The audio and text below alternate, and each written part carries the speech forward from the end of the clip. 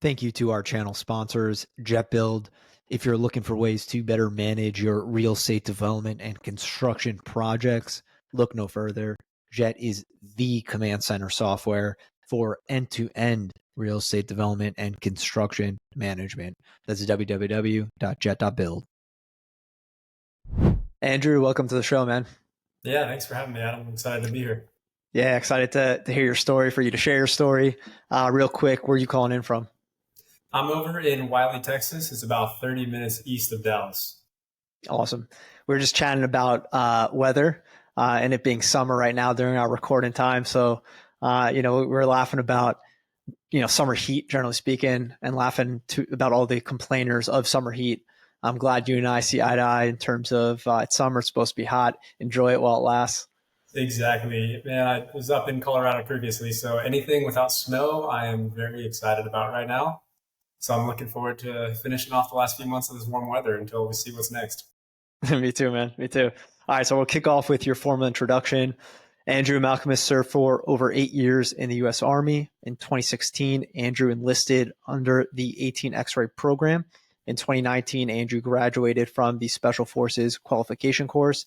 Thereafter, serving in the 10th Special Forces Group, Andrew served as a senior Special Forces engineer sergeant on a mountain SFODA detachment where he specialized in Arctic warfare. Today, Andrew is an assistant project manager at Clune Construction. Andrew is a history major, loves water sports, and most importantly, is a husband and father to 3 dogs and a son who just started kindergarten. So congratulations, man. That's an awesome life accomplishment. Thank you. I appreciate it. It's been quite a humbling experience. So it's definitely my biggest achievement yet, but I'm glad to share my story for any other veterans who are looking at making this career change as well. Yeah, I'm sure, man. Thank you. So, as you know, and as our audience knows, we like to start off with childhood. So, talk to us about, where you grew up and what led you to service. Yeah. I grew up in Southern California, kind of right in between LA and San Diego in Orange County. I had an awesome upbringing. My parents, they divorced when I was about 1 year old, but they were both still very present in my life. I spent the weekends with my father, so I had a great relationship there. And then I would spend the school week with my mom and my sister as well. Mostly though, growing up, as you can imagine, it was always sunny in California, so it was lots of outside activities, mostly playing baseball, anything with the beach, surfing, just hanging out in the sand in the summer with your friends.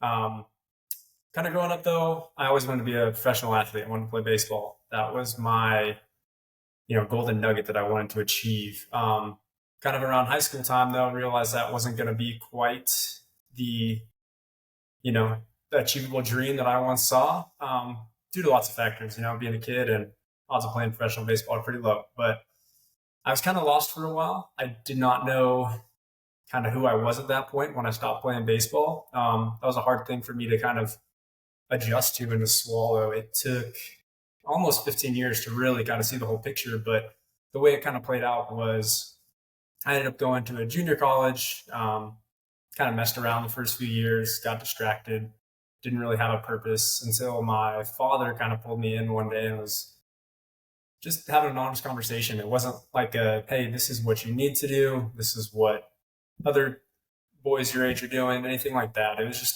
like very genuine and sincere. He just kind of wanted to know what I liked and what I enjoyed while I was at college. And I was having a hard time trying to become a business major or get into economics. I was never a huge math guy. I always liked hearing stories, especially kind of how people struggle and how they overcome things. My family kind of has an English major background due to my sister and an uncle of mine, and kind of my whole family tends to go that way. But I really liked the real stories, so I ended up having a few history classes in junior college, and I fell in love with it because it was focused on the American expansion into the frontier, and then kind of like because in high school you don't really learn all the true history; you learn the bases. So I was able to learn from that point, kind of the Vietnam War and World War II, World War One, the American Revolution from a true perspective, and it just really captured my attention. And that's when I kind of noticed how humans always have this conflict and this struggle, and it's amazing to see how different times and different generations and different cultures all handle it in their own way. But end of the day, we all have the same story. We all have a bump in the road or a hill to climb, and that's what's cool about seeing how everyone as a whole, as a humankind, has that same reality every day. So that's what really drew me in. I ended up getting my history degree from California State University of Fullerton, also down in Southern California. And then after that, I still kind of didn't know what I wanted to do. So I was kind of bartending, bouncing around jobs, just kind of enjoying the freedom of no school, no writings to do, no research. Played around for about a year. And then I decided to maybe try to get back into the business world. So I went into a sales gig in Southern California, just kind of selling anything from your basic restaurant supplies, like to-go containers, to high-end industrial floor buffers, just kind of anything we could get our hands on. And I didn't like the business side of it. There was no passion to it. I didn't truly enjoy it. But I realized that I liked the interactions with the people. That was always what I did look forward to. But about a year into that, I decided I wanted to kind of try something extremely different. And I'd always had an itch to go into service. When I was 18, I tried to go into the Marine Corps. My dad actually talked me out of it by getting me into college and kind of pushing me through that. And it's kind of a funny story because he, as any parent could understand, you don't want your kid to go into a, military career at the height of a war, because at that time it was 2008. So Afghanistan and Iraq, they were both kicking off, and they were well into it at that point. So I could understand where he was coming from. But about the time I was 24, that's when I realized I had to go in, because this would have been 2014. I think Afghanistan was starting to kind of get its second wind.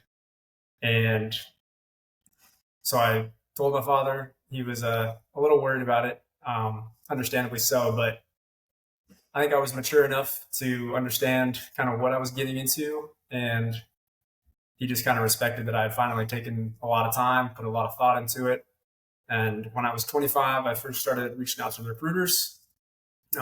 Spoke with the Navy recruiters. I spoke with the Army recruiters. But I kind of kept going back to the Army just because I loved the idea of the Green Beret, not the hat, but the headwear, but what they did. They were kind of grassroots, specializing in unconventional warfare, and just their history was what really kind of grabbed me, and kind of going back to my education background. So I really found that kind of intriguing. And this was early or in the internet days, so it still wasn't a whole lot of information out there. It was kind of a mystique, kind of like a romance idea to it. So I went into the Army recruiter, told them I wanted to go Special Forces, and ended up getting an 18 X-ray contract.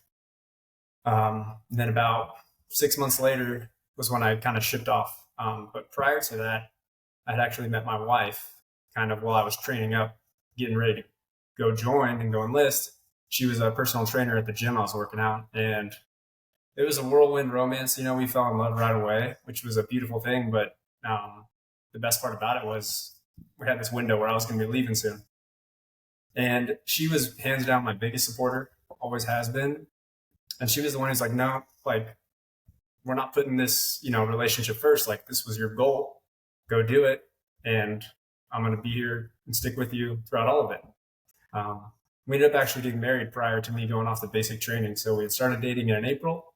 We got engaged and married in September. And then I was off to basic training at Fort Benning, Georgia in October of 2016. So it was quite an interesting time, because I had just gotten married. I had an awesome beard, a long set of hair I had to all shave off, and I was going across the country with a bunch of people I had never met, a lot of younger guys. I was about 26 at the time, so I was one of the older guys in my platoon that I got assigned to, but there were some really solid people and some great friends I still have to this day that I met there. But the whole goal was to get to Special Forces, to make it to our Special Forces assessment and selection process. So I kind of always focused on what was the next step. Could have been a little more present in basic training. I still enjoyed it, learned a lot, but I knew that that's not what I was there for. I wasn't there just to become an infantryman and an airborne soldier in the Army. I wanted to go be a Green Beret. So Um, before we yeah, continue there, taking one step back to when you were going to enlist as a Marine and then you end up enlisting in the Army, what was kind of the intrigue to Marines in particular, and how did you end up switching over? And it sounds yeah, like you didn't go back to Marine recruiter at that time when you actually did no, end up recruiting. yeah, that's a good point. I didn't really catch that either. Hmm. You know, I wanted to go into special operations that had a solid foundation and a solid history. And I know the Marines have the special reconnaissance teams and they have MARSOC. But I just I liked the idea of either going into the SEALs or going into become Army Special Forces because of the long history they had going back to World War II.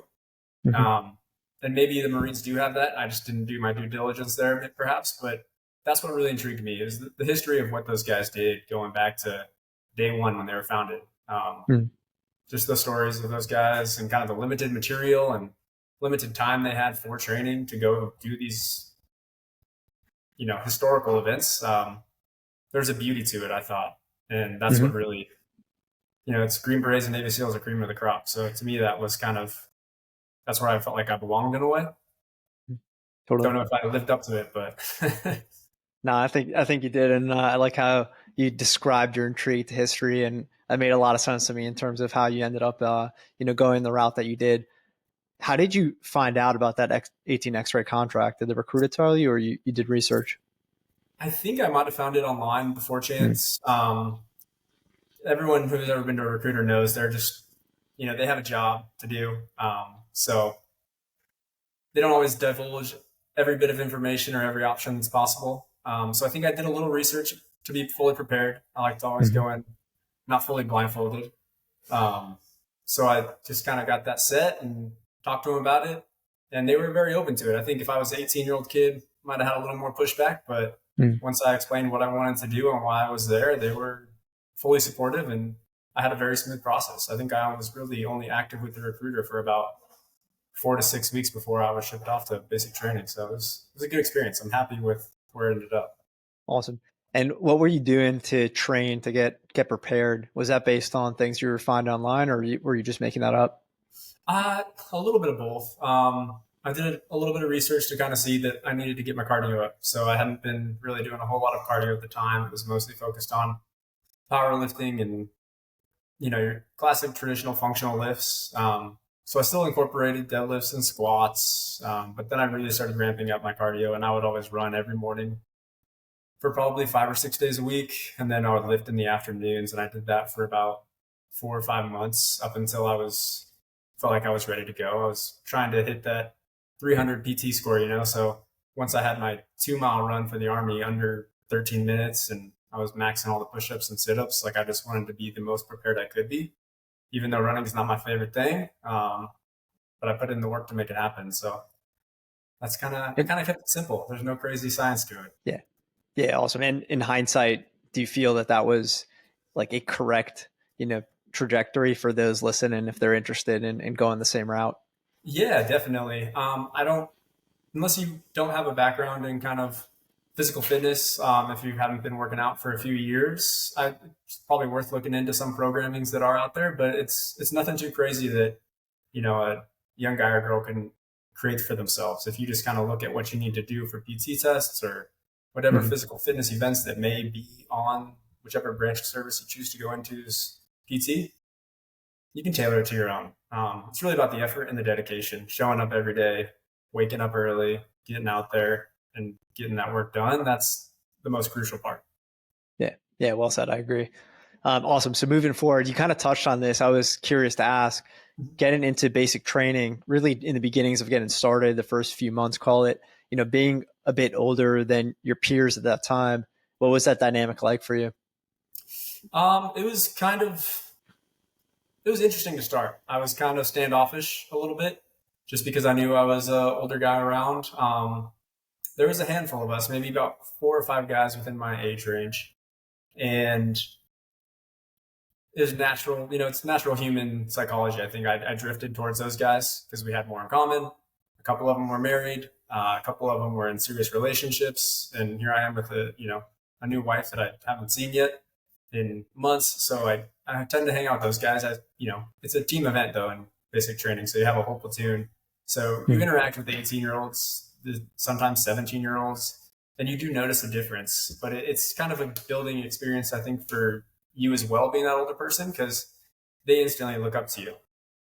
Having already accomplished a college degree for myself too at that point, it was definitely, I was put into a national leadership position without even seeking it. So that was a good platform going forward into special forces, I believe. That really Yeah, helped me that's out. cool. So it was great. Yeah, I can see that. That's interesting. So, all right, you get through basic training. What is that basic training like with that 18 X-ray contract? Like, where did Ooh, you make go me dig literally? back in the memory box here. So for the 18 X-ray contract, they throw you into infantry basic training in the Army. Okay. So as far as I'm concerned, anyone who goes into an 18 X-ray contract is going to go to infantry basic training at Fort Benning, Georgia. Mhm. And then following that, you go into they call it OSUT, or one station unit training. It's also known as AIT, advanced individual training. And that's where you learn the more specific tasks and skills related to infantry. So Okay. basic training, you do all things Army, just to learn how to be a soldier. And then the last, I believe it was 3 or 4 weeks, you focus on infantry tactics and skills.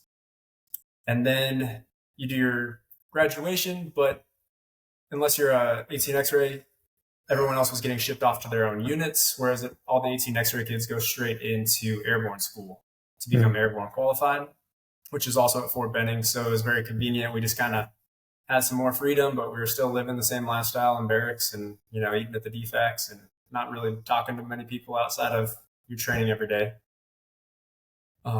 Following Airborne training, once we graduated that, they actually had pretty much a big charter bus come pick up all the selection candidates, and we went to Fort Bragg, North Carolina. Mhm. And for me, I got stuck in like a holding period. We had to wait a few months before the next class was ready to begin. And then for the 18 X-ray program, they put us in through a preparation course, and we kind of go out to a training area, and you really just learn how to PT every day. They kind of teach you just some basic knots to tie and kind of give you some puzzles to solve. But it's mostly just getting you fit and making sure that you can pass all the physical events that are in selection. Following that, we had about 2 weeks off, and we went straight into selection, which was the the whole purpose I had joined. I wanted to prove that I could be there, that I belonged to be there. Um, and So that was good. sorry to cut you off, before getting into selection, what was airborne training like? I mean, did you enjoy jumping out of planes? What was Yeah, your experience there? it was fun.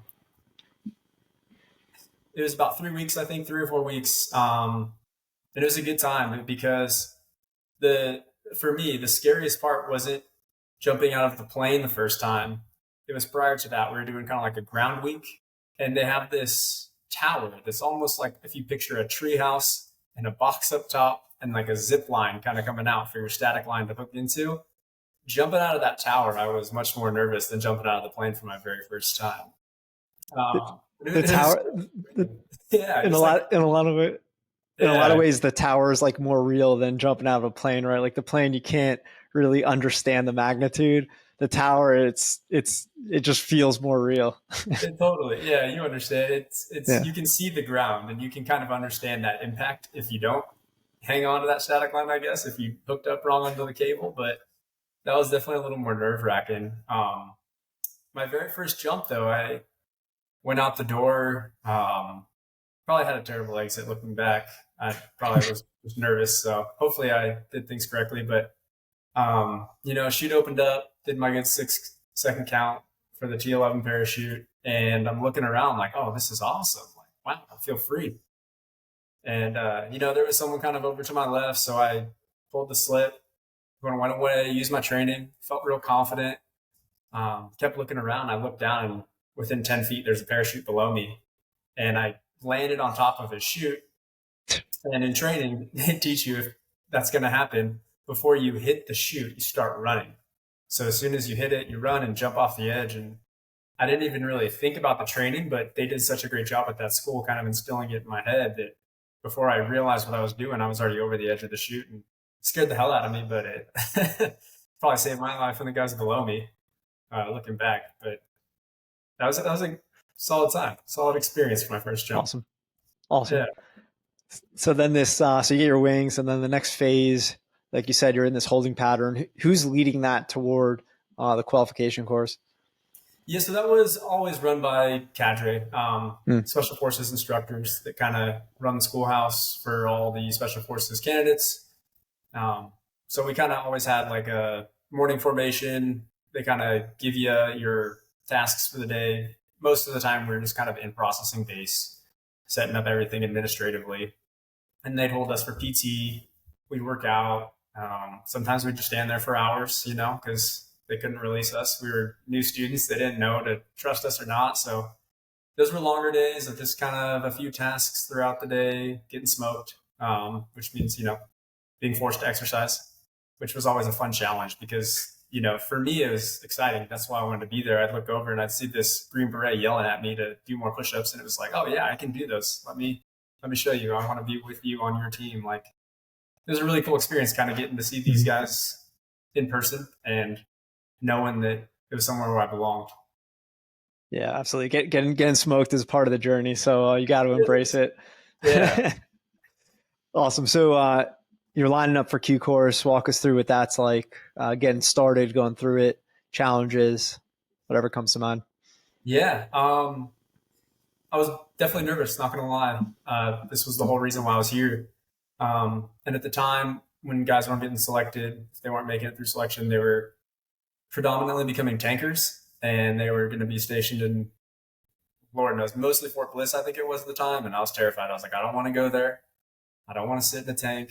This is like, that would have been my biggest nightmare, like to fail. Um, Even though I think failing, you learn a lot, and everyone needs to fail to have those big life growths.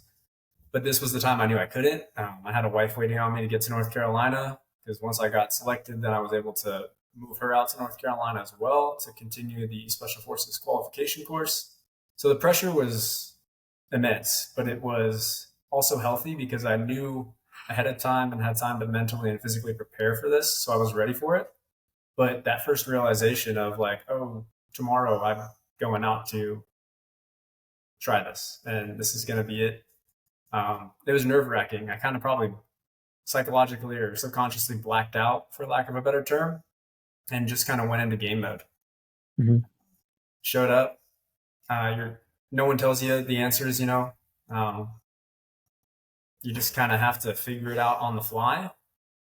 Luckily, though, if you train up physically, you can handle that first phase, which is all physical events, just PT tests, rucks, long runs.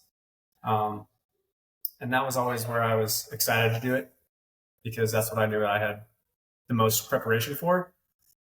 There's other parts, though, that are more psychological, Here's a map and a compass. It's the middle of the night in the North Carolina woods, and you can't see 10 feet in front of you because the brush is so thick. Not to mention, you can't see where you're walking, so you're going to step in swamps and water left and right. So there was times where you can get in your own head and it can terrify you. But I think if you have a purpose and you know why you're there and you believe in yourself, then it's something a lot of people can accomplish. Mm-hmm. So there's definitely mental hurdles that I was able to kind of analyze in real time just because you're there, you don't have a cell phone, you don't have contact with any of the outside world. So you have time kind of at night or during the day between events to kind of soak it all in and analyze it. And everyone is so nervous that not everyone's in groups talking and chatting. Typically the prior service guys that have been in the Army for, a few years, 10 years that chose to go to selection at that point in their career, they're a little more comfortable from what I noticed during my class. But me, I was a new guy. I'd been in the Army for maybe 5-6 months of that time. And I was just so involved in making this a successful moment in my life that I kind of benefited myself by having that time to kind of analyze it as it was coming along. So I learned a lot about myself during selection, to believe in myself a lot more than I typically used to. So that was a huge growing step for me personally. The final week was exciting because you knew that the end was coming, so you wouldn't have to eat any more MREs and you'd get some sleep eventually. I want to say it was like the second to last day. One of my closest friends was with me from basic training, and we were kind of doing the same event. And he looked at me and was just, "Hey, either way, like tomorrow it's over, so we're good," And it was funny because like there was a under a meaning that was not mentioned there, where it's like, I'm so tired also. Like, I don't care if I make it at this point or not, because you're just so beat to death physically, emotionally, mentally. Your brain's been rattled, you're starved, you're sleep deprived. It's like, I just want this to end. It's kind of a cool moment to look back on. Totally. And You know, the going through those difficult times, something that always stuck with me is that, you know, time doesn't stop, right? The clock doesn't stop. So no matter how frustrating in the multitude of ways, like you just mentioned, right? Emotionally, physically, mentally, time is still ticking. So you still have the ability to see, you know, light at the end of the tunnel per se. In that process, out of curiosity, are you seeing people drop around you? yeah, definitely.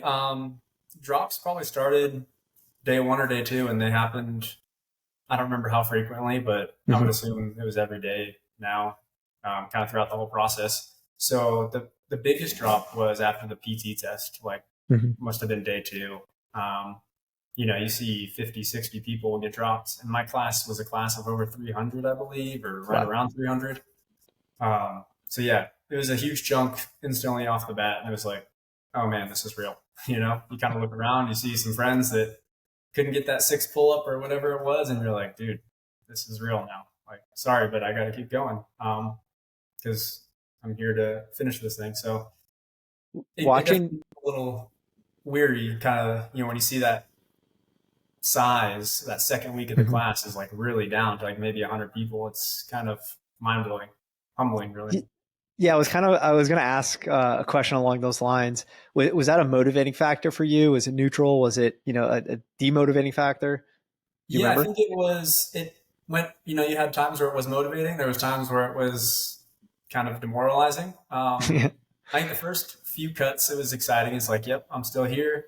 And then you see like some good dudes get cut that you thought were going to make it. And you're like, oh shit, am I good enough? Like, I had a couple of those where it put some doubts in my head. And then, you do well the next day because you want to put out and prove it. And um, it's just kind of the nature of it. So it would kind of ebb and flow, I'd say, throughout the process. Yeah, it's all that mental game through the process. Yeah, exactly. How how long of a period is the selection? I want to say it was 3 weeks. I could be Mhm. wrong though. Might be four. Okay, Um, yeah. yeah, it was 2017 that I went through. So, good God, I should be a better Green Beret than that. Remember, but No, no worries. Yeah, three or four. That's fine. So yeah, after that 3 4 week period, that's when you understand if you're selected for the Q course. Is that correct? correct. So we do a final, really long physical event, and then at the end they bring everyone who finished the event together, and then they just start calling off roster numbers. Everyone's wearing a roster number on your shoulders, on your pant leg, on the back of your rucksack, on the back of your uh, helmet if you're rocking them at the time. So you don't go by names, you just go by roster numbers. So they just start calling all these roster numbers, and they don't specify why. The cadre come out, roster number, yada yada yada, come stand over here, and they just keep pulling you. So the group's split in two, and they pull one group aside, and you're looking around at the guys you're with and you're like, okay, I'm with some good guys. Like maybe I stand a chance. But then you look over at the group leaving, you're like, damn, there goes some really good guys too. Maybe I'm screwed. And they make you wait. I don't remember how long it was. It could have been, 30 minutes, but it felt like hours. No one's talking. Everyone's just kind of shaking and sweating. And this was June, so we were definitely sweating in North Carolina. Um, and then they come out, and I believe it was a sergeant major who came out from the training academy and just is reaming into us about how we're the worst class ever. Gives us the whole demoralizing speech to make you feel like you're a real piece of shit. And then he's like, "But you've all been selected." And it was just like, you look left and right, and you're kind of like, "Wait, what?" And it was just a incredible moment. Like you set ahead that goal. For me, this is something I've been working on for probably over a year now at that point, and I was just so relieved that it was over. But like that overwhelming feeling of accomplishment, having put a really hard goal in front of yourself, and then having trusted yourself to get through it, it was just a huge relief. And the first thing I wanted to do was just call my wife and tell her that, she was coming to North Carolina and we were going to continue on the path that we had set. So it was incredible. One of the That's awesome, man. highlights. How Yeah. how many guys were with you in that group? It was either 21 or 27. I remember that it was one of those two. So we went from like Yeah, right around 300 people down to 21 or 27 guys made it that class. So yeah, there was people were dropping like flies throughout the whole process. yeah, that's wild. Did you finish with anyone you knew when you started? Um, like, I mean, did I finish with anyone that I hadn't met yet, kind of thing, or? No, that you had met, I guess, right? That you knew Oh yeah, from yeah. starting. So there Yeah, was, I think it was 9 people I knew at that point nice. that all made it through my like preparation course and airborne, not airborne training, but they went through preparation course with me, Hmm, and then we all went straight into selection. There's 9 of us, and we were all 18 X-rays, so we had no cool. prior military service. We had all just done basic training and then jumped straight in to the selection process. Nice. And I think 4 of them were from my basic training company or platoon, so it was really cool. I had some really good friends with me at that time. That's awesome. That's awesome. So, what's the time frame that they give you to show up for the Q course? Yeah, so it differentiates because they only run so many classes per year because they take so many Hmm. resources. So we finished in like early July. We got back to Fort Bragg, and they gave us a few weeks to kind of get our like lives situated. So I went back to California. Me and my wife drove out with our dog.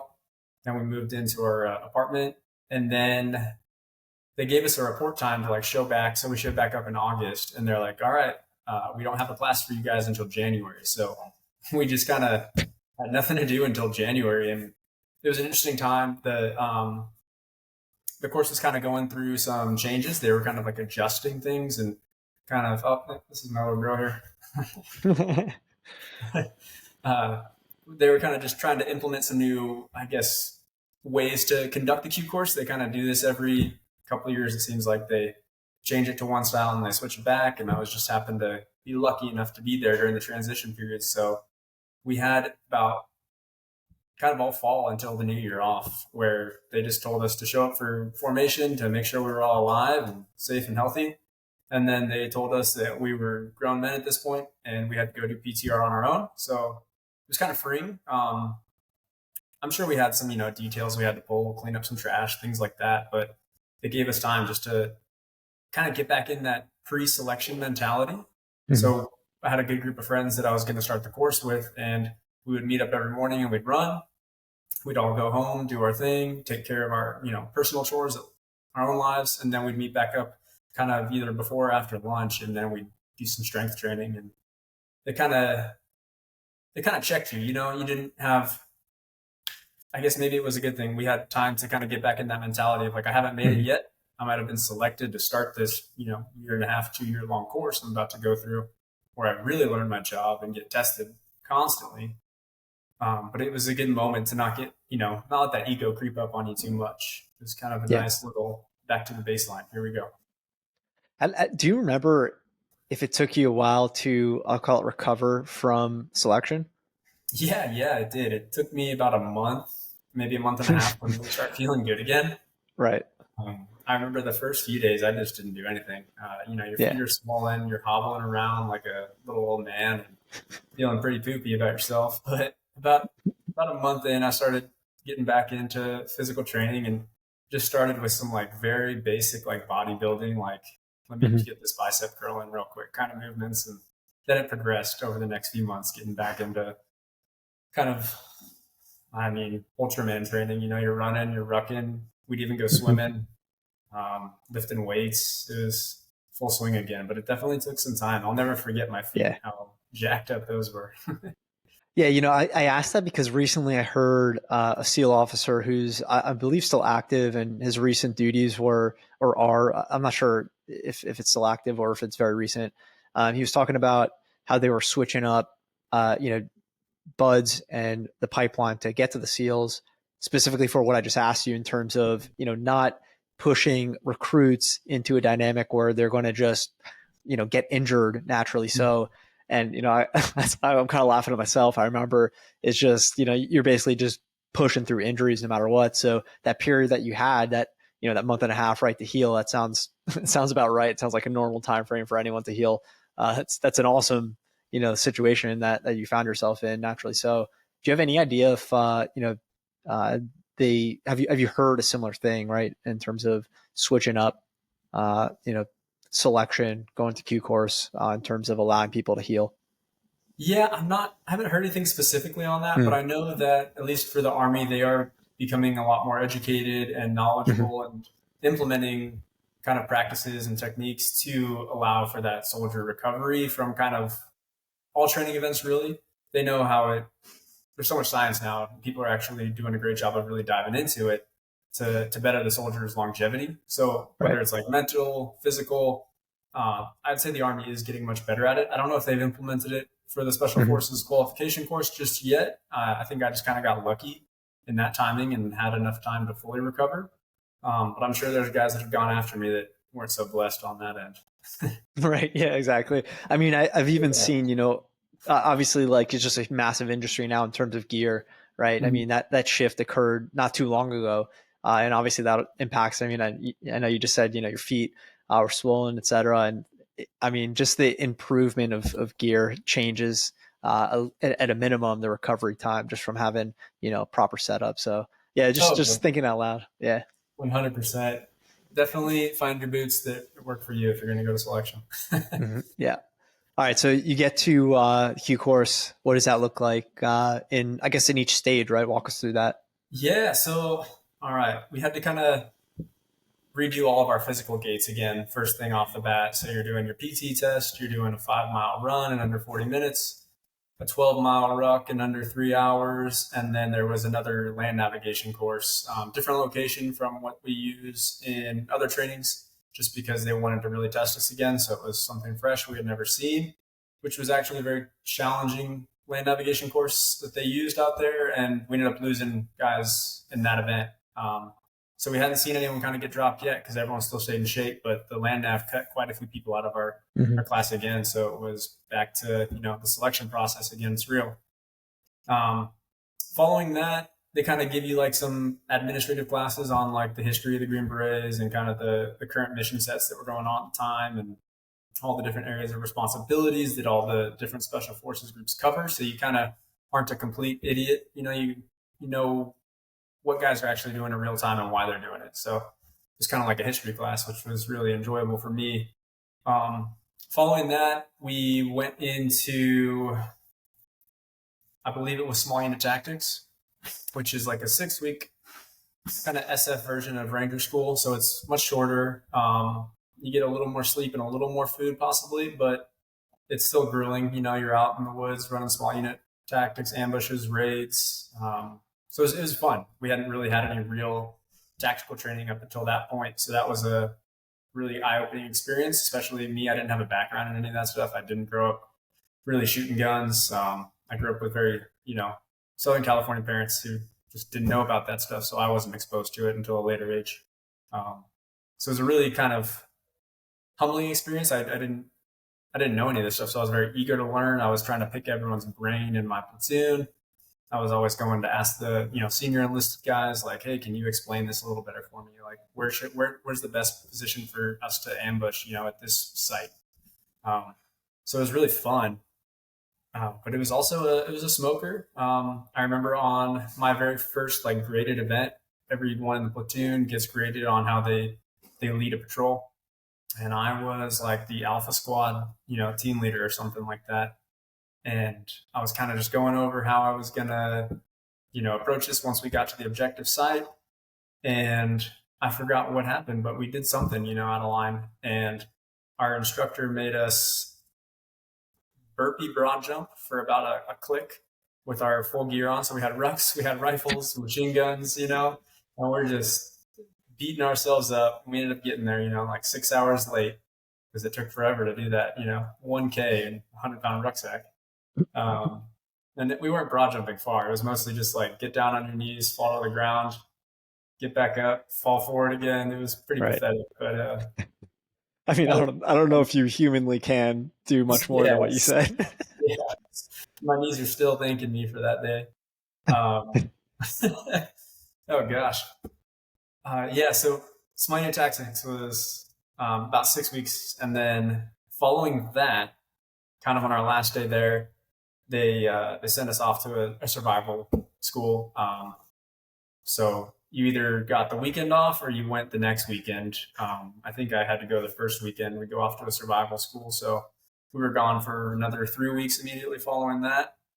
So during this period, I hadn't really seen my wife at all, kind of since I started the course again, which was definitely tough because I missed her. I just gotten used to kind of having my wife there for the whole fall and like holiday season, and then I jumped right back into the Q course in January. And then when I finally came back, um, we ended up just kind of having a little bit of time off. And then following the survival training school that we go to, we jump straight into our MOS specialties. So we're learning our specific job. On an ODA, there's one officer, he's your team leader. And then there's one kind of like a platoon sergeant. We call them team sergeants. They're an 18 Zulu. So they're your senior NCO. And then you have different specialties. So there's communication specialist, which is your 18 Echo. There's your engineers, which I was, 18 Charlie. Medics, 18 Deltas, and then weapons specialists, 18 Bravos. A couple other things too for warrant officers and other senior enlisted guys that do intelligence. So we all kind of found out what our jobs were going to be. So they sent us off to, I want to say that was about 12 weeks, but luckily the MOS training was all local. So we were going home at night for the most time. So I kind of got to really then start to enjoy my marriage and kind of figure out like, oh, cool. It's like, how are we going to work as a couple now? Like I have some downtime. So we kind of figure out, how do I play that role of like husband? I was so good at being, SF trainee for so long. Like this was a whole new world. I hadn't kind of had the time over a longer period to adjust to and really learn. So definitely noticed some flaws in myself. Tended to be like a very selfish person, which was really humbling to kind of have such like a strong wife there to like point these flaws out to me in like a very gentle way.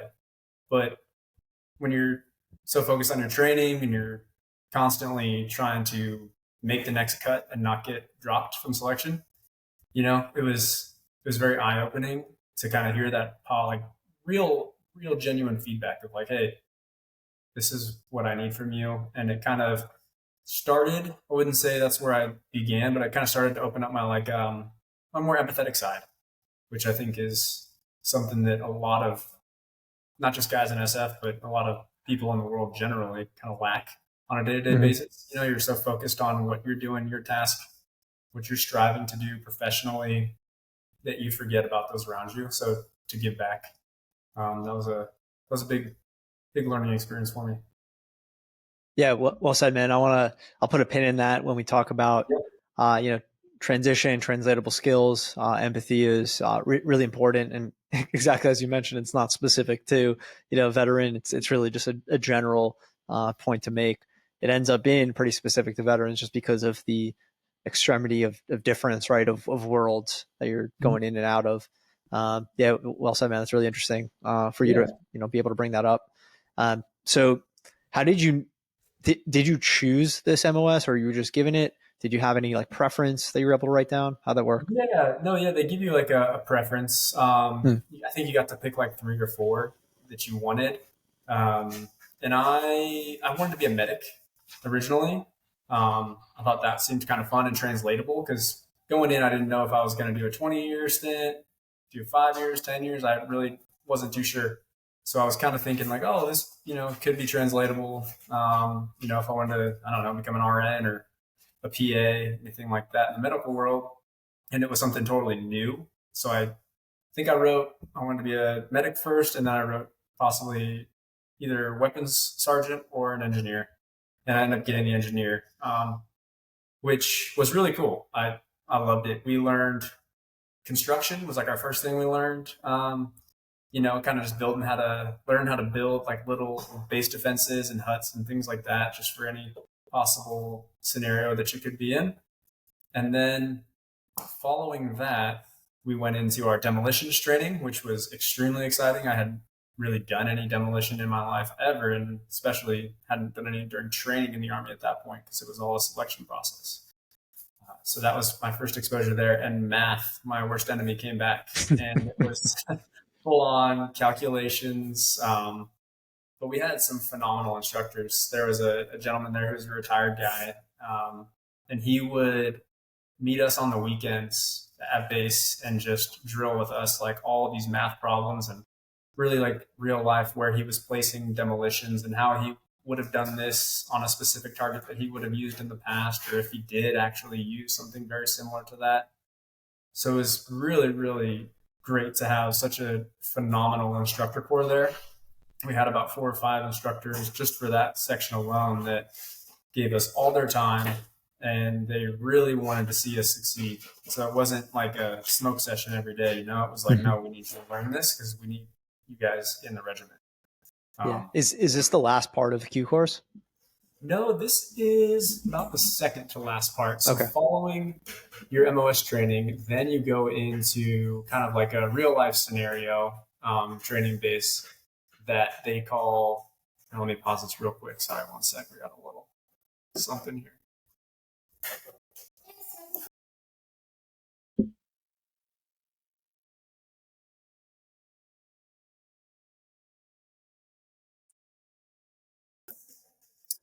Sorry about that. No worries. So yeah, we go into like a final, kind of like our final testing phase, and it's called Robin Sage, and it's about a 4-week training event where you are put on to an ODA with all other SF students. We had a few captains who served as team leaders. We had a most senior enlisted guy became the team sergeant. But guys like me who had no real military experience outside of training, I was put as like, the 18 Charlie on the team. And I had another 18 Charlie with me who I went through the whole course with.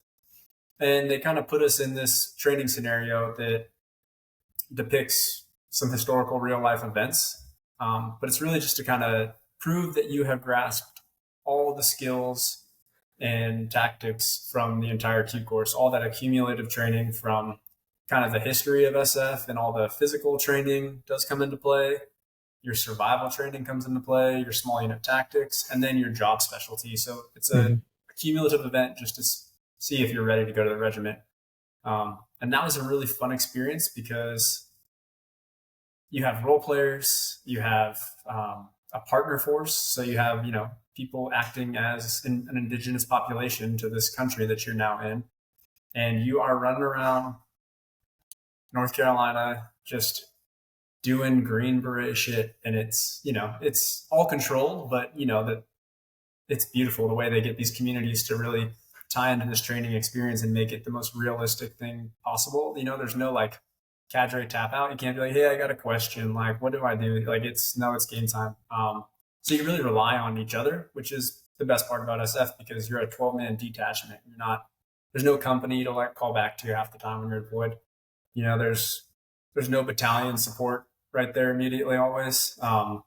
So we really got close in those 4 weeks, and you're able to really trust in yourself again, but then to trust in those guys around you, to see everyone's training come into play. Like, you have a mass casualty situation, and your young 18 Delta over here who's only done this in training is like full on putting IVs in 3 different people or riding in the back of a truck down a dirt road. And like, it's just like, oh, wow. Like you learned that. That's amazing. Like it was I had like my jaw dropped. It was just a beautiful thing. I hadn't seen anything like that because I was just with the engineers.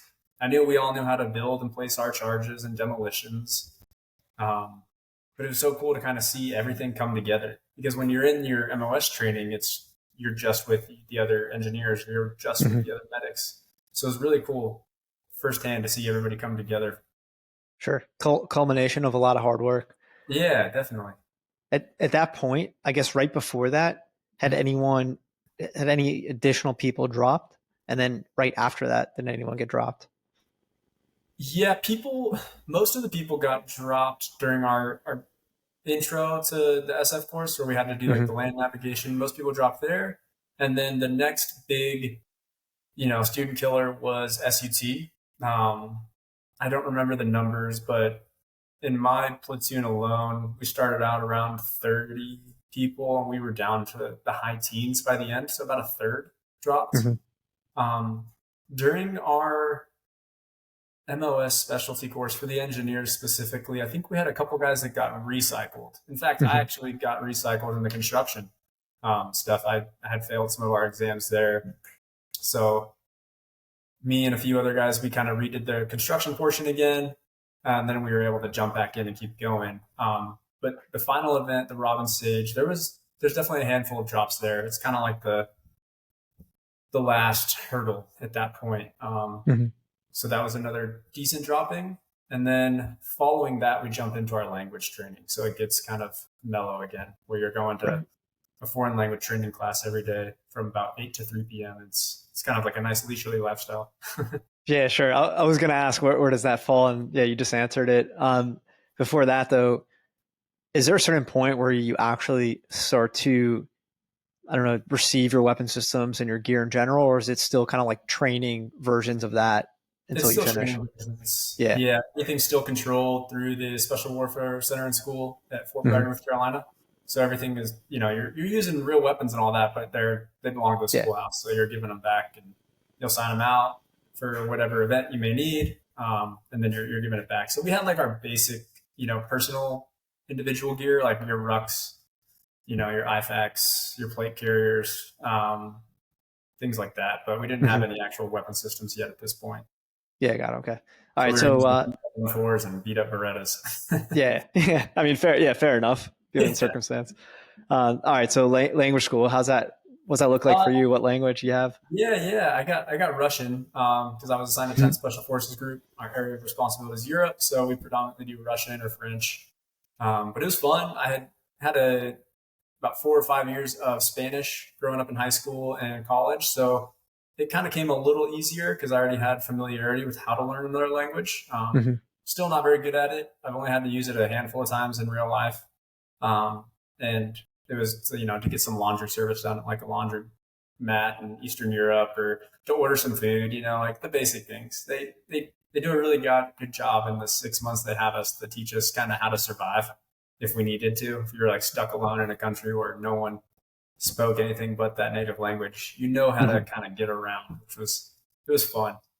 I thoroughly enjoyed that. And that was actually a great time because, again, I got to spend a lot of time with my wife. And right at the very end was when our son was born. So it was kind of like I got to finish the entire Q course and the birth of our son at the same time. So it was really cool. So you had like a double celebration there. Yeah, we sure did. That's awesome. So, you finished with the language course. Is that like literally the end?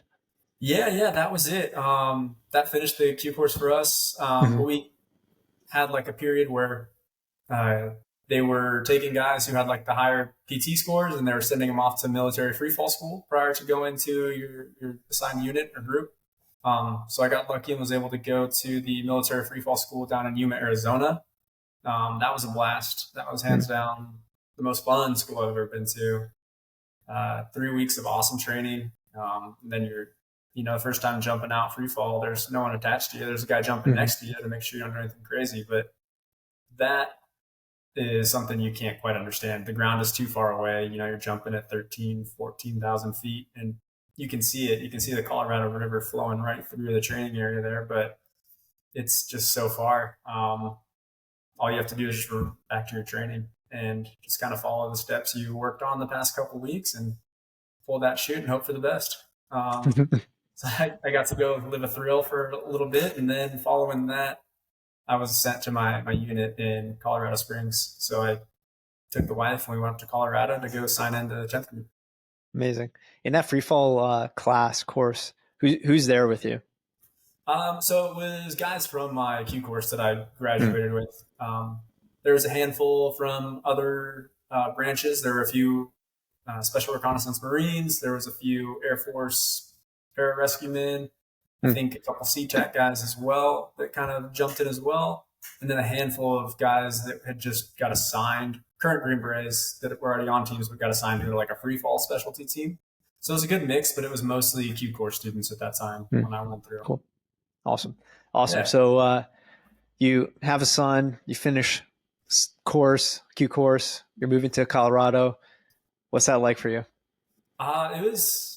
It was nerve wracking and exciting at the same time because it was a whole new chapter we were we were excited to move a little bit closer to the West Coast, to be closer to our family, to kind of come see us, since we have, the only grandbaby in the family at that time. And we were excited to go see the mountains. I had enough time to where I didn't worry about work as much, because I had a few weeks or a month before I had to actually sign in. So I was able to focus on getting my wife and our newborn son kind of settled in. And then I was very nervous kind of as the time was coming. Like, I'm going to show up to a team with Green Berets who are already been on this. They've probably done deployments. I was like, okay, I got to prove myself all over again. So, you always start back at square one, which is kind of the best part about it. You don't know what you don't know. So you're there to learn. You're the sponge. And the best thing you can do when showing up to your team for the first time is just make sure you're in shape and that you know your specific job. So I made sure I was running that high altitude immediately. I was getting out my old calculations book for explosive charges and remembering how to, breach doors and how to analyze targets for certain effects and all that. So I showed up pretty prepared. I got lucky. There was another new guy that showed up first day with me. And I was not really sure what to expect. I was told which company I was going to, which ODA I was going to. Oh, no, excuse me. I hadn't been told which ODA I was going to. It was just the company. And I got a text that night from a number that I didn't know. And it was like, hey, this is Mark. I'm on this team. Come work out with me in the morning. So I was super excited. I was like, okay, this guy seems like he wants to at least meet me and see what I'm about. So worked out with him. He was a super nice guy, very, charismatic, had a good personality, and just kind of wanted to see how my fitness was. So I thought that was, insightful. I was like, good. People still care about it at this point, on the teams, guys are still putting it in. Showed up to the company for my very first day, and you just kind of sit and wait with all the other new guys. There's about 5 of us, and there's 6 teams in a company. And then they started having us go in one by one into like a little office room, and all the team sergeants, so the senior enlisted guys, were all sitting there with the sergeant major of the company, and they all get to ask you questions and just kind of grill you, give you shit.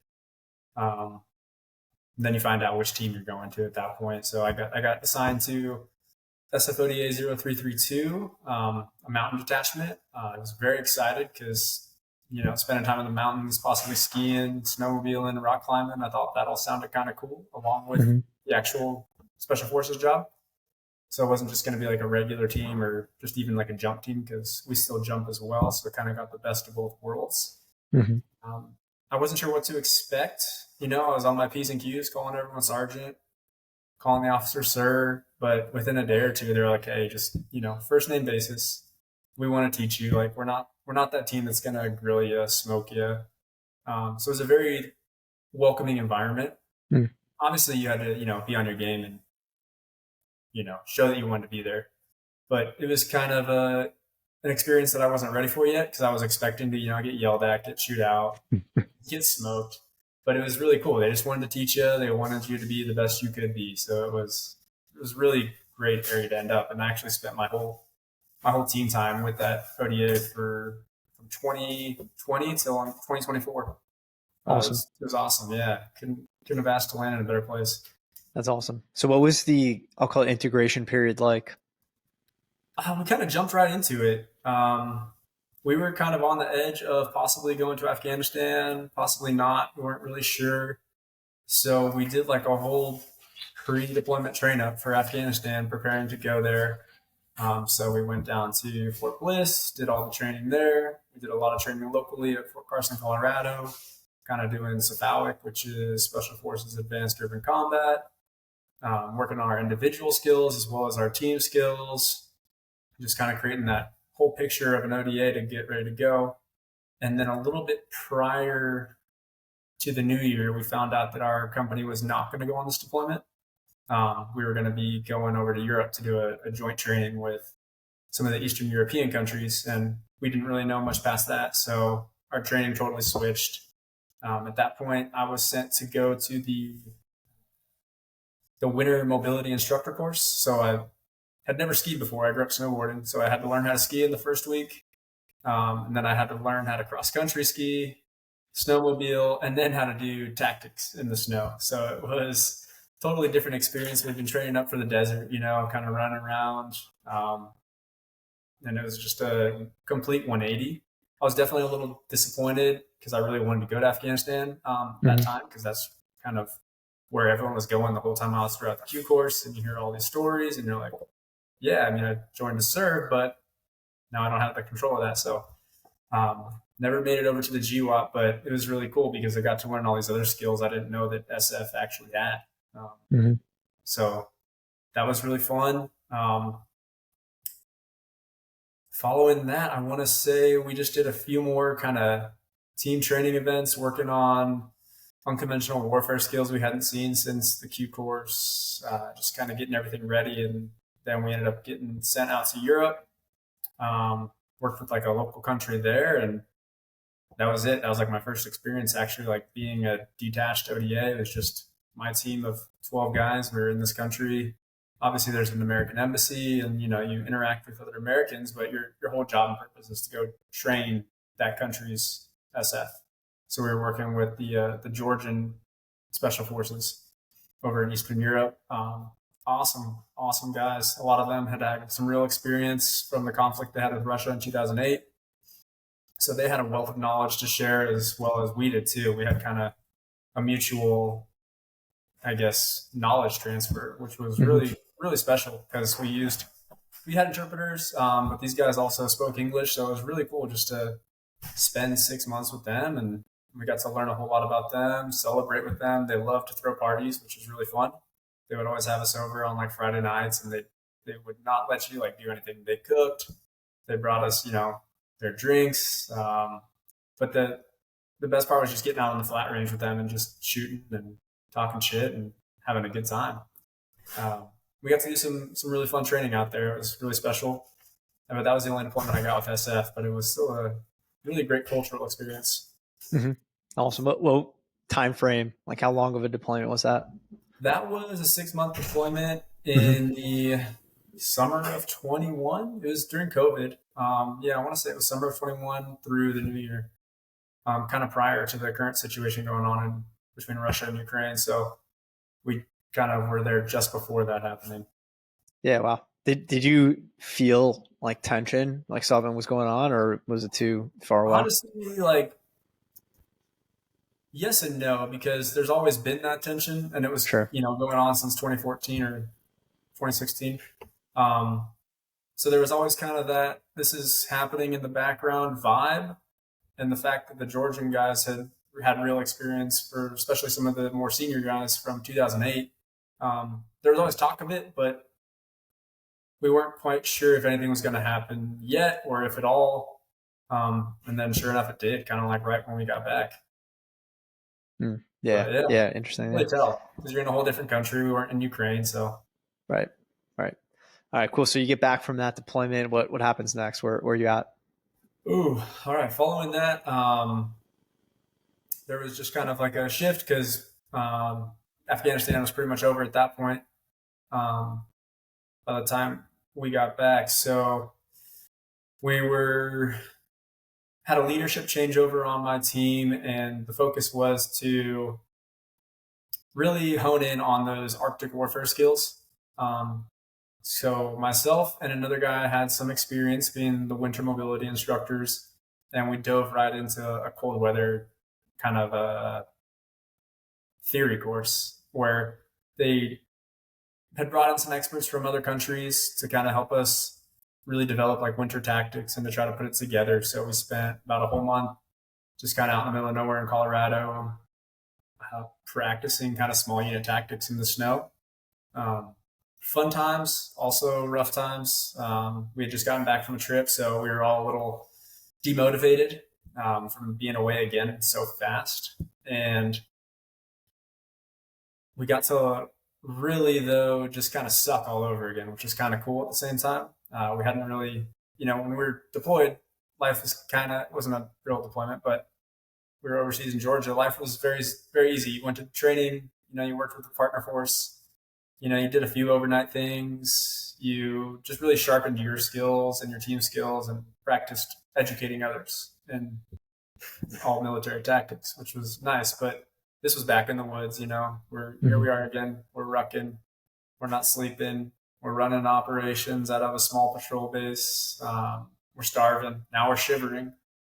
So it's a good reminder of, what we're really there to do and why Green Berets are Green Berets, because they can get in those environments at any time and they don't need a lot of support. They just need the right mission and the right people, and they can do a lot of amazing things.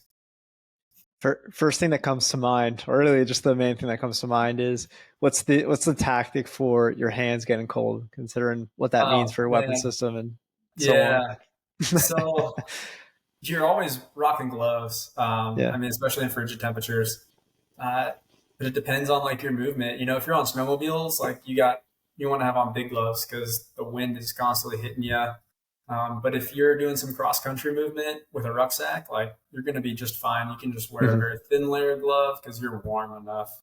So it just depends. But there's a lot of glove changing out because you're constantly falling down, getting wet. So you just kind of work with it. There's no set technique that I found through my years of experience in it. But okay, I was hoping for some secrets, but yeah, I see. It's just you just gotta work with it. Yeah, yeah, the fair cold enough. sucks. That's the secret. Yeah, exactly. Yeah, fair enough. Fair enough. Cool. So what happens after this training session workup? Yeah, after that, we really just we're trying to get the team set to become like the Arctic warfare team of SF and of 10th Group. Um, so we did our official leadership changeover. We got a new officer and a new team sergeant on our team, who kind of came in. They did a really good job of just kind of like, hey, let's go work on the flat range. Let's just kind of work on our basic individual skills, while we get to know you guys. They were, to this day, the two best leaders I ever worked under. Really genuine humans that were patient, not only with, everyone on the team, but just kind of implementing their own actions and their own mindsets. They could have come in and wanted to change everything and want to, do things a total different way. But they just kind of let the existing team environment kind of outplay itself for a good period of time to really understand all of us and how we work together and why we worked so well. So that was a really cool, just a really cool experience to see these guys that have very accomplished careers come in, but really rely on the current existing team to kind of guide the path of where we wanted to go. And we had a great just kickoff summer with them, and then we were able to go to another training event where we were preparing for like an infiltration, like unsupported. So our team leader at the time had this idea to go ruck through the Bob Marshall Wilderness in Montana. It was about 100-mile ruck, and we just brought in enough supplies to get us through. It wasn't super tactical. It was just kind of like, hey, let's go get out there. Let's do this. But we're not bringing anything with us other than, 7 or 8 days worth of supply. A couple shotguns just in case we ran into like a grizzly bear. And then. I mean, that's pretty awesome, man. What was that like? It was a blast. There wasn't really a whole lot after that because at that point, that's when I decided that I was going to get out. I kind of made the decision with my wife that I wanted to be a full-time husband. I wanted to be a full-time father. And I was tired of constantly coming and going. And it was a hard part about always leaving for training or for trips because you're home for a little bit. You finally hit your groove being dad and being husband again, and then you lose it. And it was just kind of wearing on me, and I wanted something different. I didn't see myself doing the 20 years at that point, and I was starting to get some injuries and some situations physically that I was like, I don't want to break myself for this right now. Let's try something different. So at that point, I kind of still was on the team, did some of the next training events, getting them ready for their next trip to Eastern Europe. Following that into the summer of 23, I finally stepped off the team and I went to an administrative position at our headquarters. I kind of ran all of our projects and taskings from the 10th Special Forces Headquarters unit. I was lucky enough to get put in that situation because I had just been on an ODA for the past 3.5, 4 years. So it Hmm. kind of gave me reps of going into like a regular job again. I was definitely a little hesitant because I didn't want to go to, where all the brass was at the flagpole. I didn't want to have to start cutting my hair every day again, start shaving. I was not looking forward to wearing a uniform every day. But it was a great experience there just because it got the flow of working a 9 to 5 again. Yeah. Hadn't done that in almost a decade. So it was really cool to kind of have that and then have time to kind of focus on what my next chapter was going to be, where I wanted to go with my career at this point. So it was a Yeah. blessing, Interesting. really. Right. Yeah. You can, as exactly as you put it. I mean, in hindsight, it's very clearly a nice shift into civilian life. How long of a period was that? I was there from about the summer of 23 up until April, really, or even Hmm. March of 24. At that point, I was studying for project management. I had actually kind of jumped into the Hiring Our Heroes program, which is a pretty popular and successful program where they take current active duty soldiers, probably guard and reserves as well, that are getting ready to end their service. And you kind of go through a whole process of interviewing with companies that are looking to host active duty soldiers to do Hmm. internships with the goal of hiring them.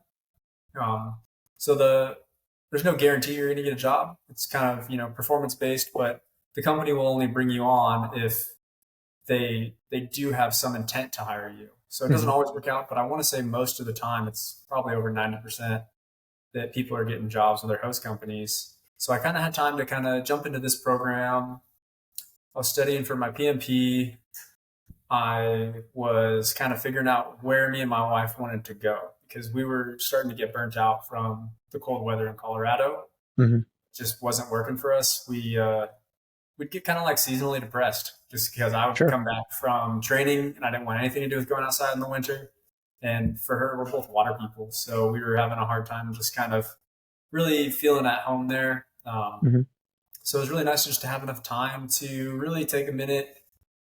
We got to have some really in-depth conversations about like how do we want our future to look, which was something I had never really paused to do before. Um, I think the only time I ever really did that was prior to going into the army, becoming a Hmm. Green Beret. I actually planned, so kind of got the chance to do this again. But now it was different because it was with my wife and my son. It was where do we want our son to grow up? How do we want him to grow up?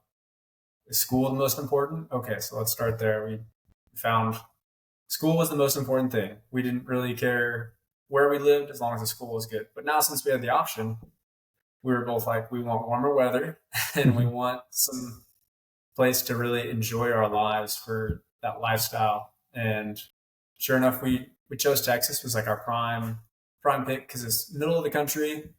We didn't want to go back to California, but we wanted something just kind of close enough still. And Hmm. so the first thing we did was we chose the state. So I kind of started investing all my time in reaching out and connecting with people who lived and worked project management gigs down in Texas, networked as much as possible. But the Hiring Our Heroes program kind of came back around and that picked up. And I was able to interview with a few different companies. And lucky enough, I interviewed with my current company now, Clune Construction. And just from the very first interview I did with them, I could tell they were so culture driven Hmm. that it sounded like too good to be true. They were very like pro families. They actually do a lot of events together outside of work, and it just it seemed like a nice transition to go from being on an ODA with like a tight knit group to not going into like a huge office where there's hundreds of people and you have your own cubicle. It's like no, you're going to be assigned to a small project team. You're going to be Hmm. on the job site every day. You're going to have some administrative work to attend to, but you're also going to have to go out and check out the job site, see what Hmm. work is getting done today. What are the trades up to? Is the steel getting put in the right place? So I liked the idea of the diversity because I was so used to that in my SF career. Um, and that's what really kind of drove me to jump onto an internship with this company. So then in April of 24, my internship kind of kicked off, but there was no guaranteed job at that point yet. So my wife and I decided to have me just go down to Texas and rent a Hmm. room. So I rented a room while my wife and son stayed in Colorado, just to get this internship started until we were sure that we were going to get a job here. So, Just on paper, everything you said seems so, obviously everything's easier said than done, but everything is so like textbook, right? And I say that in a very positive and a good way. How did you, I mean, first and foremost, how did you know to start studying for the project management degree license yeah. certificate? So I got lucky enough. There's some really great resources that we had in 10th group. They kind of Hmm. have like a few Green Berets that are either getting ready to retire or they're just kind of on like their back into their career where they start focusing on all these private organizations that help guys get gigs on the outside. There's a Hmm. few of them. There's the Special Operations Transition Foundation, the SOTIF, who really helped me a lot, kind of prepare my resume writing, my interviewing skills, just kind of how to present yourself in the business world, being a veteran. Um, there's a couple other ones like the Honor Foundation. So they had like really great resources there. But there was one Hmm. gentleman who I got put in touch with, and he was kind of like a tech industry guy. And he just had like an honest conversation with me and kind of gave me the rundown of like, what do you like to do? And I was like, kind of just like bouncing around, doing different things. I like interacting with people. I was like, I don't really have like I want to go do statistics. I want to go be a writer. I was like, I don't know. So he asked me a few questions, and he's like, you seem pretty easygoing. He's like, I think project management would suit you. He's like, look into it. I was like, never heard of this. Interesting. Didn't know this was a title. So I just kind of started doing some research on it. I started speaking with some friends that had previously gotten out of the military and had some really positive feedback, just kind of for my personality and my lifestyle, that project management was something that might suit me just because if I'm given a task, I can, just knock it out. Give me a time, a condition, standard, and I'll do it. Hmm. But the interacting with a small team was really, really special for me because that was my most enjoyable time in SF. So I kind of wanted to have a smooth transition into a new career at that point. Um, so it felt kind of familiar in that aspect. So that's what drew me into it. And sure enough, it was definitely the right choice so far. I mean, I'm still in the honeymoon phase, but I couldn't be happier at what I'm doing right now.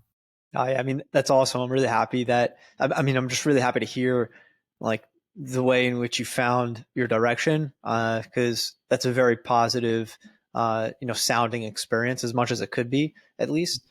Who told you, unless you figured it out on your own, or I should just say, did you figure it out, or did someone tell you to start reaching out and networking with people?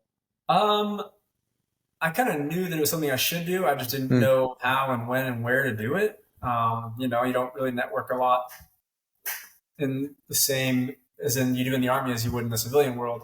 So the SODIF, the Special Operations Transition Foundation, actually was crucial to kind of giving you like a little framework on the best way to do it, how to do it, when to do it, where to do it. So I mean, a lot of it's LinkedIn these days. That's Right. huge, obviously, but they kind of put you through like a small series of classes on setting you up for success and just how to translate your skills, how to talk like a civilian kind of would. You're not using all your acronyms and all your military jargon, and you're not cursing every 5 seconds. So they were played a huge crucial role in just kind of getting us set up for success for the guys that kind of go through their program. And I highly recommend it to everyone as well that would That's be kind of awesome. maybe get out. Yeah, that's awesome. So it's like really leveraging a lot of the foundations that exist, which I'm really happy to hear that's what you did and you have a positive experience. So Oh yeah, awesome. In starting this internship, were you still enlisted at that point? yeah. So I'm actually still enlisted for a little less than a month. I'm on my terminal Hmm. leave now. So I started the internship on like an approved internship from my command, knowing that I was getting out. Um, but they know full and well that I won't be coming back to Hmm. army work for a while. So I got 3 months to go do an internship down here in Texas, um, doing commercial construction down here, kind of near the Dallas area. Showed up day one and just like loved my supervisor. We hit it off. Kind of didn't know what to expect. I was super nervous just because I haven't been around a bunch of civilians and, God knows how long. And I didn't have my family with me. I wasn't in my own home. Hmm. Made the drive down to Texas kind of just with enough to get by and have the clothes and things that I would need to go to work for the week. So it was a very strange feeling. Um, didn't have like my teammates to, comfort with and shoot shit. Didn't have my wife and like son at the end of the day. But I saw that not as just like could be like a terrifying moment. My house is 2 states away. I saw it as an opportunity just to really dive into the internship as much as I could. Hmm. So I just showed up early. I left late. Really put in the effort to like study blueprints on the weekend to learn how to understand construction as much as I possibly could. Just because, in not a negative way, but I had nothing to go home to at that point. Hmm. Like it was, of course, I'm going to call my son, FaceTime my wife, but end of the day, like I got nothing else to do. So let me just really set us up for success. If we want to truly get out of the Army and come down here and live in Texas, like I got to get this job. So I just gave it kind of everything I had. Man, I I left. really credit you for being able to do that. Everything, I mean, really, the entirety of your story up until now, you say it in a very nonchalant way, and I just want to highlight nothing that you did was nonchalant or easy, Uh, including what you just mentioned in terms of just diving in, even with your service on your mind. You're literally still in duty per se. mhm. Your family in another state, new industry. I mean, it's really inspirational and yeah, just I appreciate the effort that you put in and ability to embrace the new life that you're gearing towards. So that's really amazing. Yeah, thank you. No, I do kind of gloss over it sometimes. It was definitely one of the most challenging moments in my life. And I was more sure of myself going into SF selection than I was coming down here originally. Sure, Yeah, it was sure. just something totally new. I was the odd one out. There was also a time where my father was passing away. So I Mm, was dealing with personal life, trying to balance my own family with my wife and my son, and then trying to learn this new job. And it's like those doubts do come in your head. You're like, am I doing the right thing? Should I stay in the Army? Um, but it all kind of goes back to, for me at least, I learned how to finally just trust myself. Like I mm, had created a plan, I had done my research. My wife and I had kind of bounced ideas off of each other, and this was the best path for our family. So no matter what, this is what we were going to do. We can adjust down the road, but let's get to the start line. Let's get a mile into it, and then we'll go from there. So just trust yourself half the time. Typically works yeah, out. yeah. That's awesome. Great advice. So you finish this internship. I guess you go back to Colorado. What happens at that point? Yeah, so this was just a couple weeks ago. Finished the internship. I had to report back to 10th group. And during the time of my internship, actually the last month, when I secured a full time offer, we sold our home in Colorado.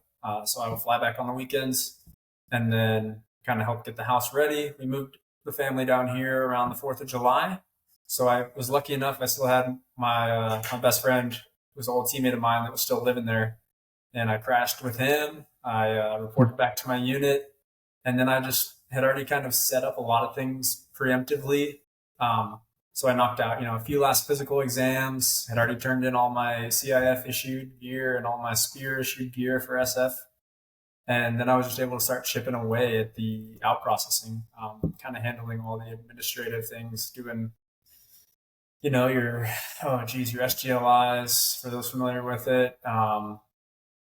Going to Deers, turn in your ID card, just getting those final stamps of approval that you don't owe the Army any crazy money or you didn't get in trouble with the provost marshal or anything like that. And um, it was a nice process because I got to see a few friends before we all kind of part ways.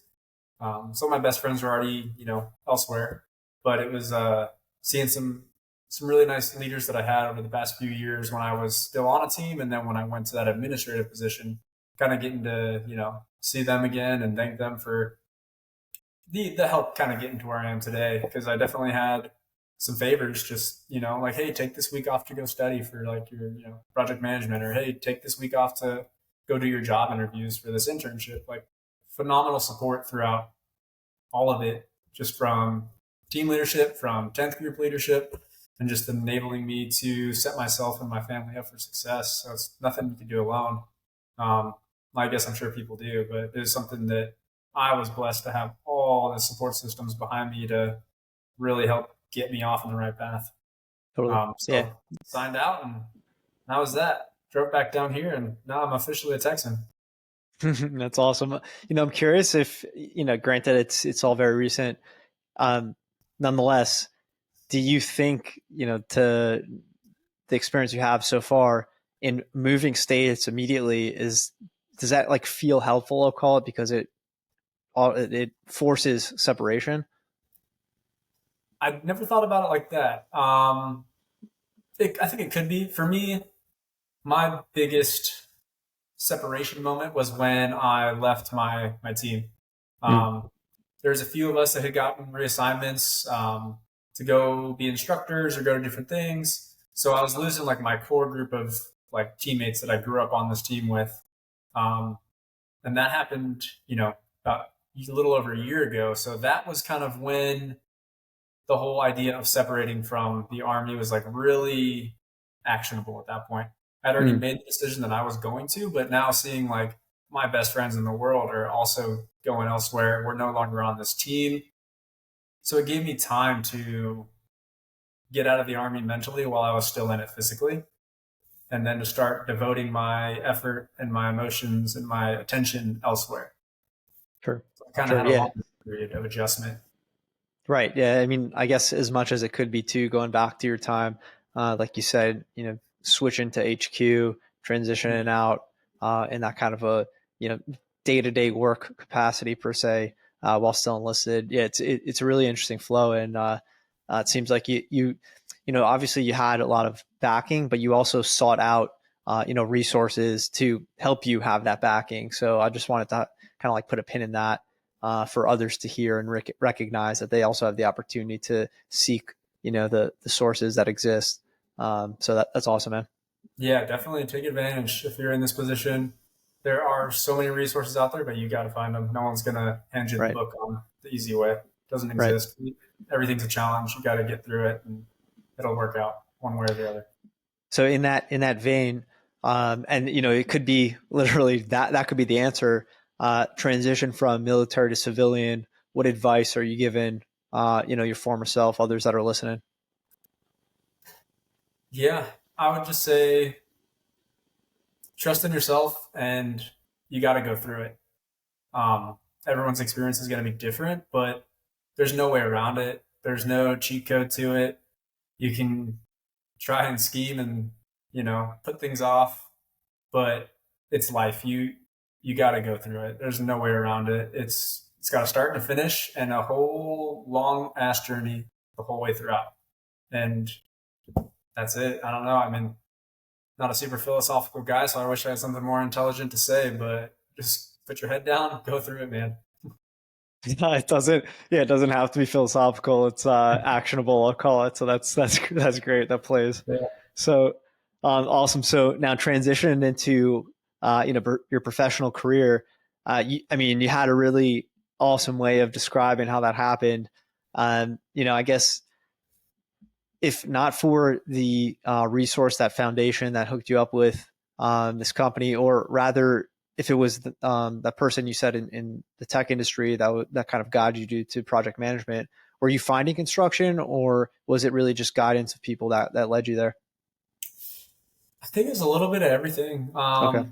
Yeah, just kind of happened organically. And part of me thinks that's just the way it was supposed to be. Part of me also thinks it's because of, some of the actions I took and the timing I had.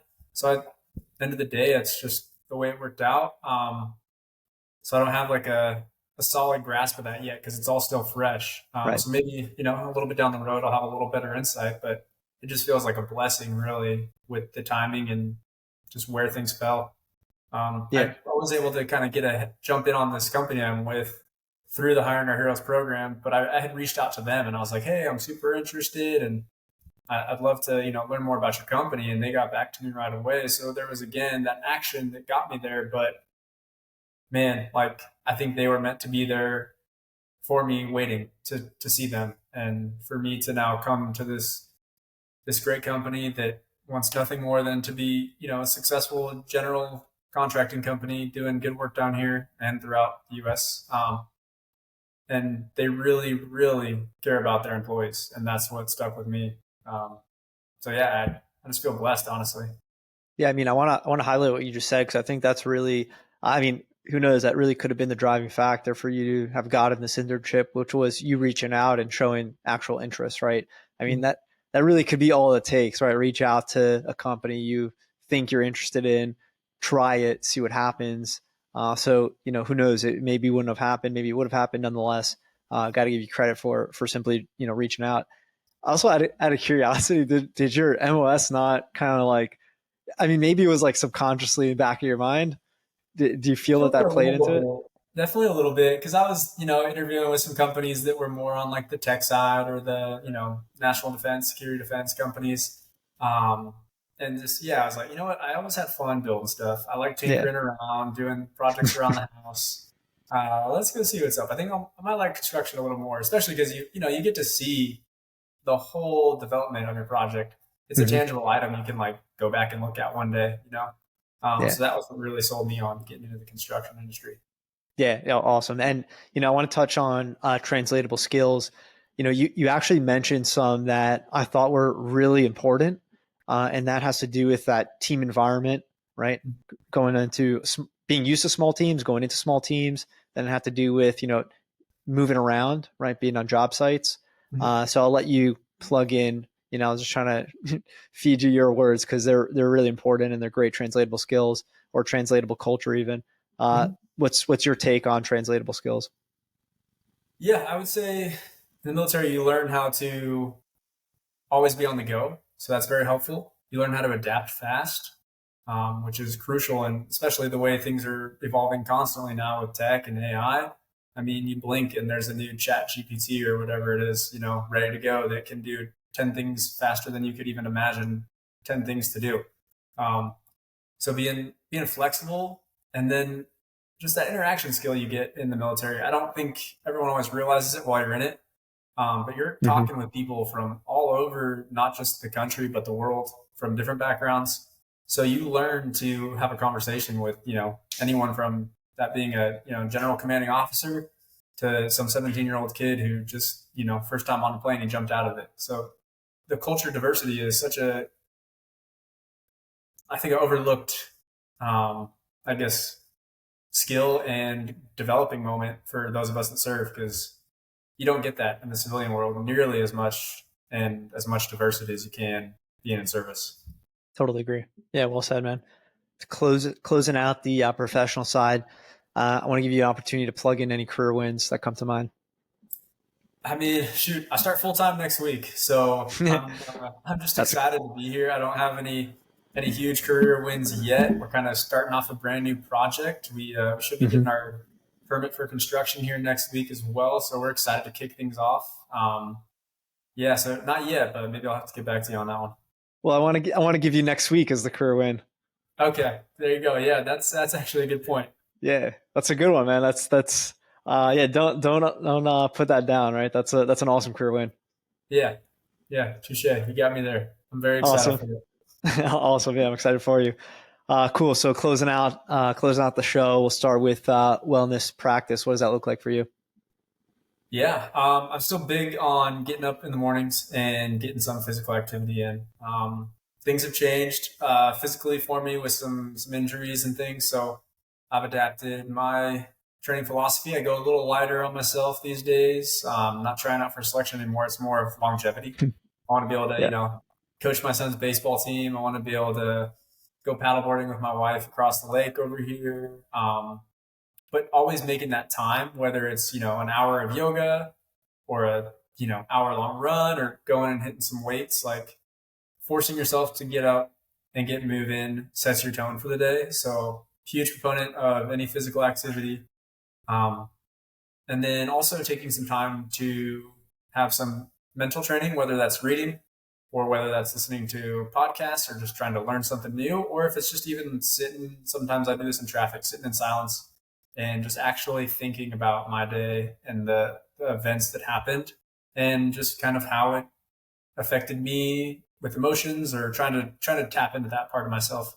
I've shut the emotions thing off for quite some time, so I'm lucky to have such an awesome wife who can tell me in like the nicest way possible to be a little more emotional. Um, it's been kind of my new goal is to try to develop that side of myself a little more, be a little more empathetic, be a little more open, and a little more aware of the moments that are going on around you, because it could be once in a lifetime experience and you might have just missed it. So be present. Yeah, well said, man. I want to say you certainly reached at a minimum the first step of that, right? Which is saying what you just said, right? It's being aware of that fact, right? Which is not always easy. It's not always obvious. So you're at a minimum there, right? You're a minimum more than nothing. So that's awesome. And I'm trying. Every day's a yeah, challenge. exactly. Yeah, it is. It is. The other thing you said, which I think is really interesting, because my wife always laughs at me for, which is just sitting in silence, right? It's like how often do we just sit and think? Not very often, right? Especially when you have a kid, especially when you have life going on. So don't underrate just sitting in silence and just thinking for a minute. Well said, man. All right, cool. Last but not least, any favorite book or books you'd like to recommend? Um, yes, I have recently got into some kind of like crime thrillers. I don't read a whole lot, but when I do, I got The Summer House by James Patterson. It's kind of a fun. It's got a little military vibe to it. There's some Army Rangers involved. I like to escape into a story. I grew up reading a lot of history books, being a history major, and sometimes the world just gets so crazy and so fast paced. Like it's fun to totally escape it. So that works for me. I tried jumping into a lot of more serious books that I feel like a guy my age should read, and jumping into world history, politics, but it just kills me. So I like to escape.